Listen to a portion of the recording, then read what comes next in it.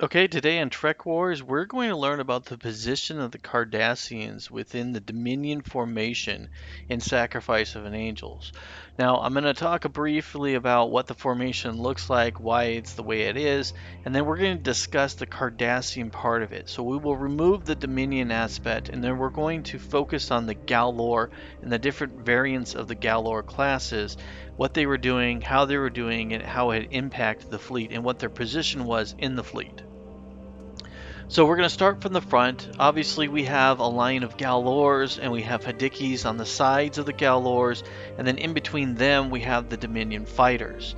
Now, the reason for this is the fact that the Dominion fighters actually have more firepower than the Galores. And the reason they're in the positions that they are is because their weapons, though they are stronger, they don't have the distance that the Cardassians do. So the Cardassian Galor-Class ships can shoot up to 200,000 kilometers. I believe that's what it is. And then the Dominion are only able to shoot up to 100 kilometers.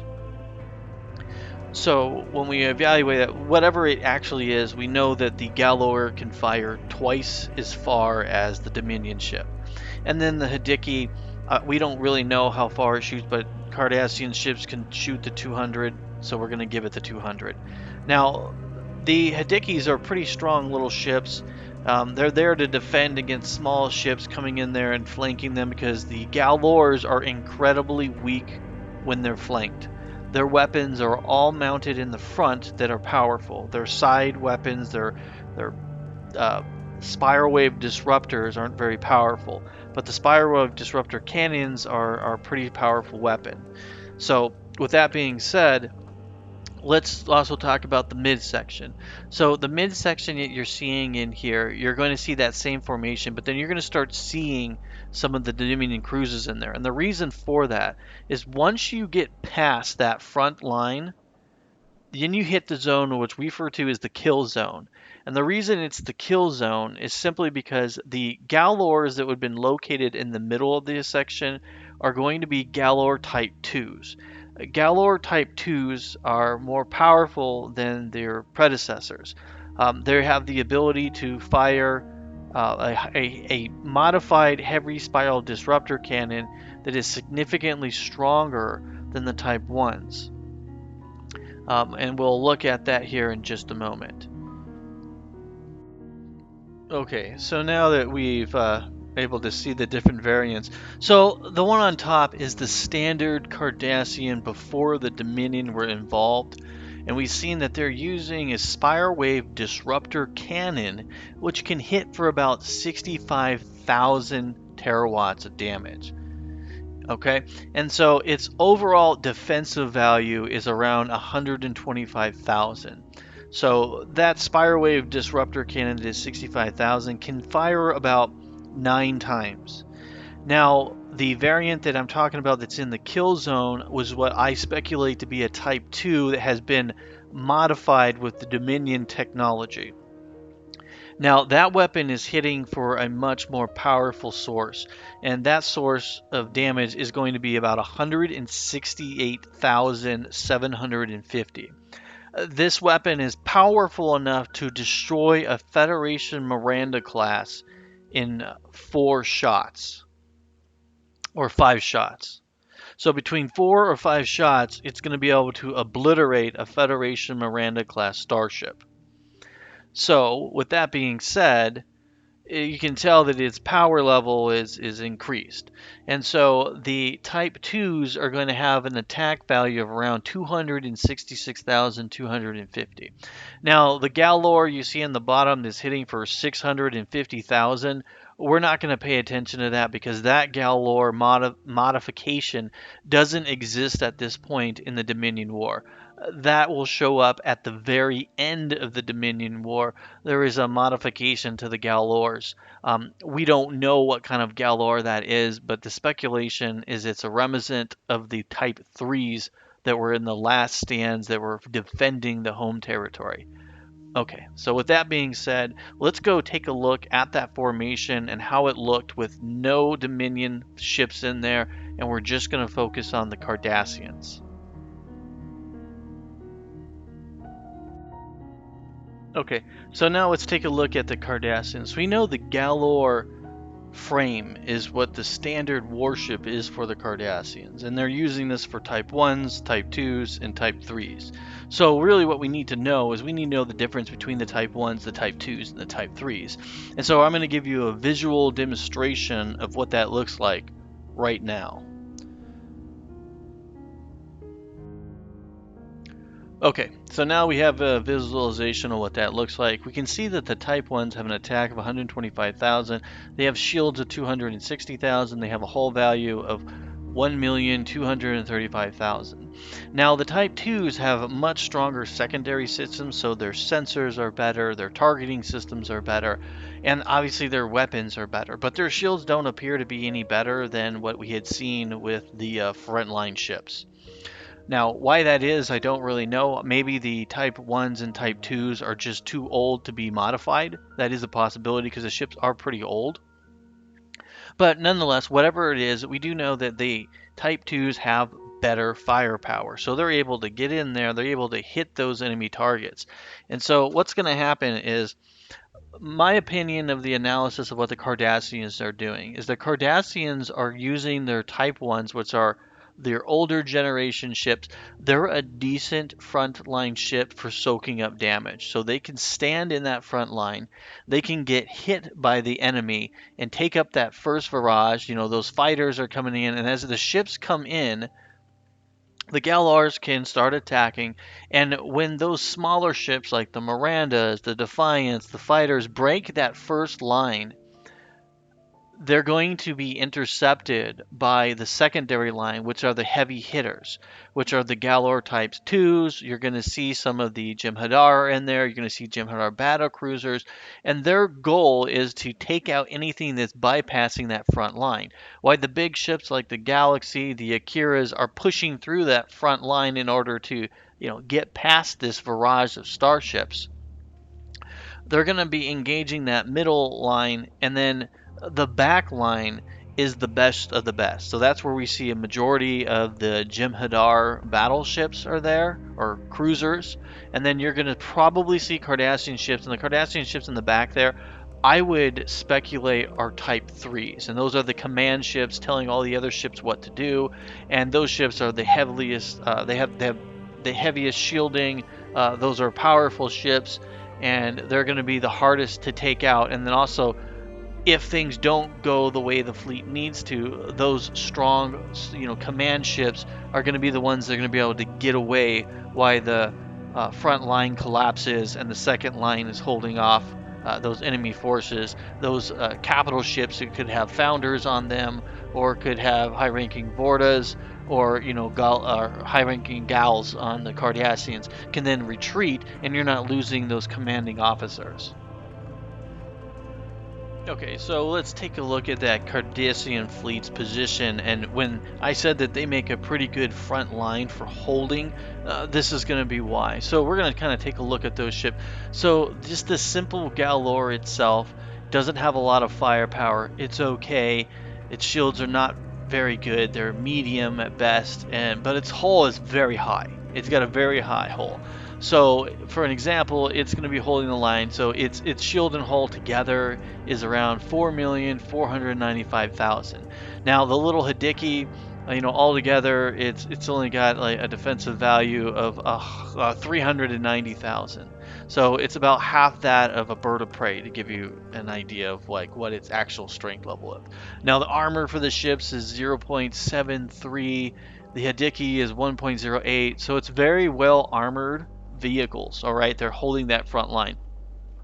Now that back line, that one is the kill zone. You have ships that have, decent defense and high offense. So those ships are hitting for, the 266,000. Uh, I can't read it, but anyways, it's in the 266,000 range. Now that's just the weapon platform points, and I'm going to show you what they're doing here in a moment. But I just wanted to show you, when you compare them to the Galaxy-class starship that's coming in here. Now, this Galaxy-class starship is got a hull value of 1,191,000. Okay, It's got a shields of 1,755,000. So this ship is an absolute tank. But when you put it all together, you know, it's pretty close to 3 million, right? Well, that means it takes about 3 of the Cardassian ships to be equivalent to one Galaxy class. That gives you any idea. But when you look at the mass, the Enterprise is twice the mass. So the Galore isn't a very efficient ship when it comes to resources, okay? Because obviously a Galaxy can take out 3 and it takes 2 in resources. But the thing about a Galaxy class is it's very expensive, it's very time consuming to build a ship like that. The Galores are not time consuming, they're not a hard ship. You're able to mass produce them because their factories are used to producing them, and you can produce them at a much faster rate than you could, you know, produce a Galaxy class. So you lose a Galaxy class, that's a big hindrance to your force. You lose 1 or 2 Galores, it's not great, but it's not the end of things. Okay, so now we're going to transition from defense to offense. So the first thing that you can see is I'm going to use my Galaxy class because it's fun, but we're going to look at the spiral wave disruptors, but we're only going to look at the spiral disruptors that are with the ships that are in the fleet that we're looking at right now. So that one that was showing the 650,000, it's not in here, and that's why, because it's not relevant. So that front end is the one on top. So the spiral wave disruptor cannon is hitting for 65,000. It has a volley rate of 9, which means that that ship can deliver 585,000 points of damage to an enemy vessel. Okay. Now that middle zone, which has got the Type 2s with the upgrades, that is a heavy spiral wave disruptor cannon, which is hitting for 168,750 per shot. Now it's only shooting 5 times is what we're seeing before it has to recharge. So you're more powerful blasts but less volley, but you get a greater power overall. So you get a total of 843,750. That's a pretty strong blast coming from a medium class starship. To give you a comparison, I don't have a visual aid, but a Galaxy class can hit you with 65,000 terawatts of damage with a Type 9 phaser. And then its volley rate is, I think, 14. And then whatever it actually is, it comes to 910,000. So that means that the Galore II and the Galaxy class with just phasers alone, and then the heavy spiral wave disruptor cannon, they're going head to head. They're pretty similar. They're only off by like what, 110,000, somewhere around there. So that means that is a crazy amount of damage coming from those Type 2s. That's why when those Mirandas were flying through, the Defiant and that stuff, and they were just getting hammered by those Galores. That was why. Those Galores were powered up and they were dangerous. That middle zone is dangerous.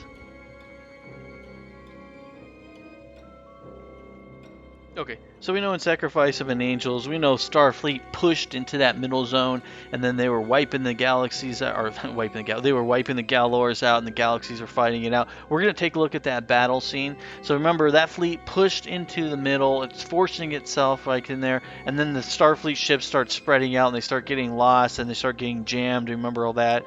Well, we're gonna see all that through the episode here in just a moment. But we're going to look again. So now we have an understanding what the Galore's purpose are, what they're doing. We're going to look at the visual fleet again, and then we're going to watch the video and talk about it, and we'll see the data points live, which is awesome. Okay, so now we know what the Galores can do. We know what their purpose are. We're going to kind of review things overall. That first section is just to soak up as much damage as they can, right? The Hidekis are there to give the Galore support from small attack crafts, and then once things start getting into range, then the Jem'Hadar are there to deliver some good, decent firepower in that first barrage. Once they get past that barrage, the ships are bypassing the Galores. As they're getting past the Galores are slow to turn around, and so we're not going to be able to count on them for very much because their spiral wave disruptors are pretty crappy. The Spire Wave Disruptor cannons are the only thing they have which is very good. So you get into that kill zone for the next section. You know, there's Hidekis in there too, but there's not as many. There's a few Jem'Hadars in there. There's some Jem'Hadar cruisers in there delivering some big damage, and then most of your killing power is coming from the Type 2s with the advanced Spiral Wave Disruptor cannon. And then once you get past it, then you hit the back zone with all the command ships. And the command ships we had seen are pretty powerful. So with that being said, let's take a look at what this battle looked like on screen. So one of the things I forgot to show you guys, and I'll visualize it here, and I didn't put it with the data table, is the Galor 3s that existed that we've seen before the Cardassians belonged to the Dominion. Is those Galor Type 3s are said to have offensive value of 190,000. And they had shields of 1,733,333, which is slightly weaker than a Galaxy classes.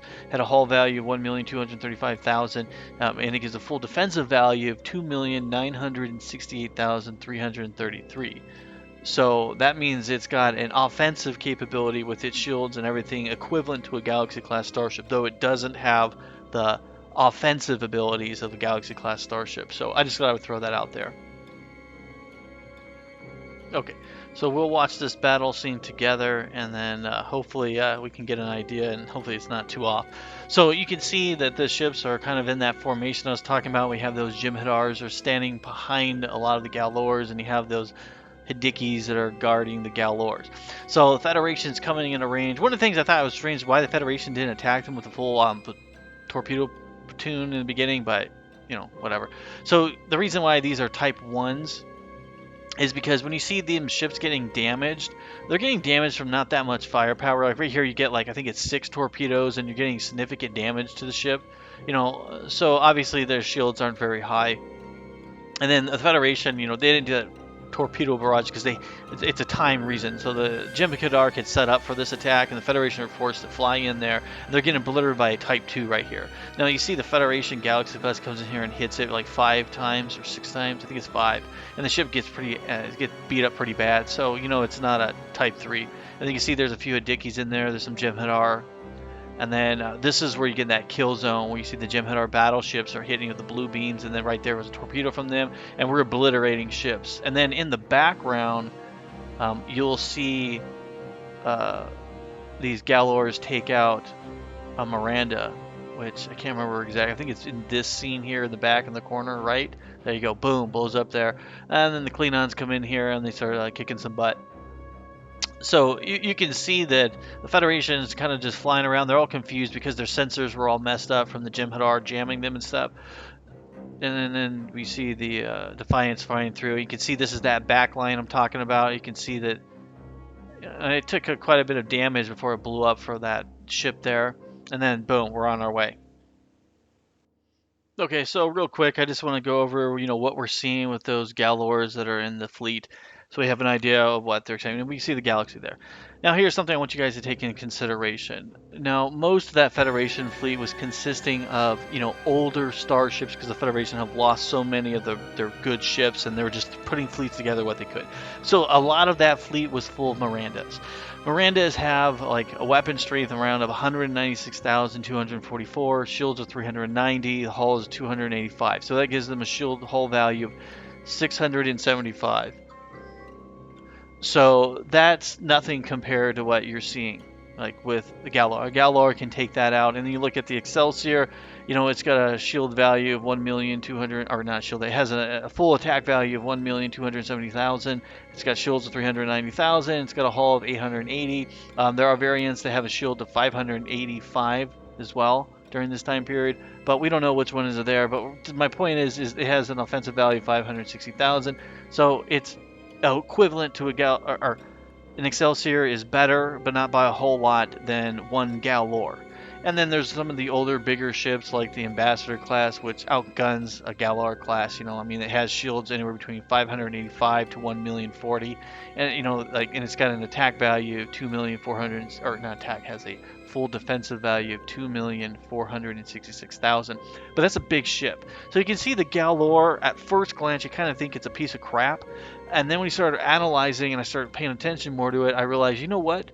This ship is actually pretty tough. You know, it's a medium class starship. It's got decent offensive capabilities. It has poor defense, but it does make up for some of that poor defense with really powerful armor. So it can stand there and soak up a decent amount of damage. And the most valuable thing about that ship, it's cheap and easy to produce. So this is an analysis of the Cardassian Galore and what it was doing in the Dominion Alliance. I hope you guys have enjoyed. If you have any questions, put them down in the comments.